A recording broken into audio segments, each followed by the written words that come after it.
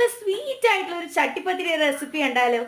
Start ചെയ്യാം അല്ലേ. First നമുക്ക് മൈദയിലെ ദോശയാണ് ചുട്ടെടുക്കാനുള്ളത്. അതെല്ലാവർക്കും ചെയ്യാറിയാലോ. ഇതുപോലെ മിക്സ് ചെയ്ത് നമുക്ക് ഓരോ ദോശയായിട്ട് ചുട്ടെടുത്ത് മാറ്റി വെക്കാമേ. അത് തണുക്കുന്ന സമയം കൊണ്ട് നമുക്ക് ഫില്ലിങ്സ് തയ്യാറാക്കാം. ഒരു പാൻ വെച്ച് പാൻ ചൂടായി വരും, നമുക്ക് അതിലേക്ക് നെയ്യ് ഒഴിച്ചു കൊടുക്കാമേ. നെയ്യൊന്ന് ചൂടായി വരുമ്പോഴത്തേക്കും നമുക്ക് അതിലേക്ക് തേങ്ങ ചിരണ്ടിയത് ചേർത്തെടുക്കാമേ. തേങ്ങ ഒന്ന് മിക്സ് ചെയ്ത് മൂത്ത് വരുമ്പോൾ നമുക്ക് പഞ്ചസാര ഏലക്ക മിക്സ് ചേർത്തെടുക്കാമേ.